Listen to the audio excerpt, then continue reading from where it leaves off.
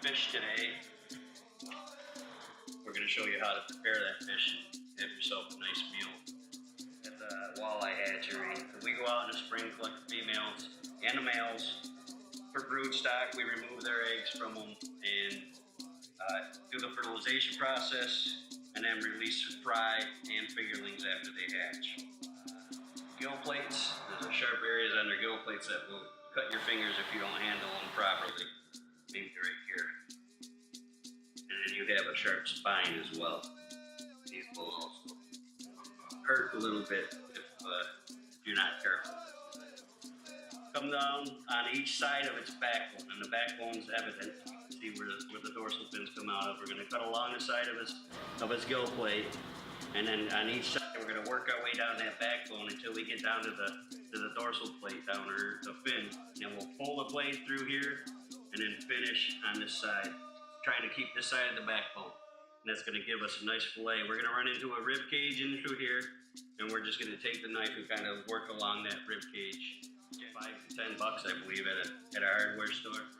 When you want to do that, probably every fish or so, because the dull knife is more dangerous than the sharp.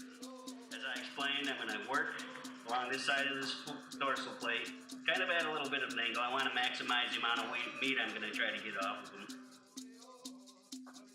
And come down like that. And then, as I said, now we're going to work our way along that backbone. Just the tip of the knife.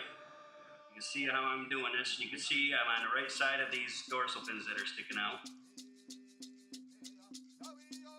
You can do it any way you feel comfortable. You can keep it down like this. Dorsal, see that? Now it's just a matter of working the knife along the backbone, and you'll be able to feel the backbone. You want your knife maybe at a 40-degree angle, 30-degree angle, but you'll be able to feel that until you get down to the tail. Go through the tail, and you can almost split the tail at this point if you're doing it right. And some folks will leave the fillet right on the fish and then take the meat off. I said there's going to be a rib cage in here. So you're just going to want to take the knife, and you'll be able to feel it. You'll work along that backbone. You can hear them hitting the tip of the knife. It's going to go pretty shallow. And then from this point, you're just going to lay the blade. See how flexible this blade is? Lay it flat.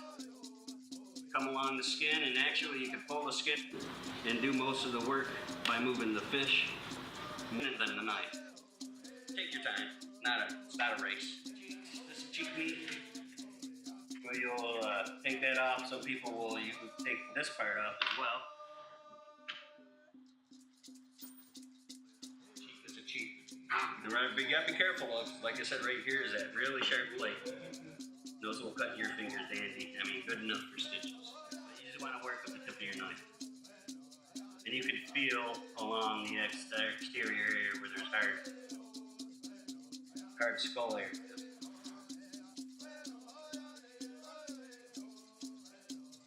See, this is the best part of the walleye.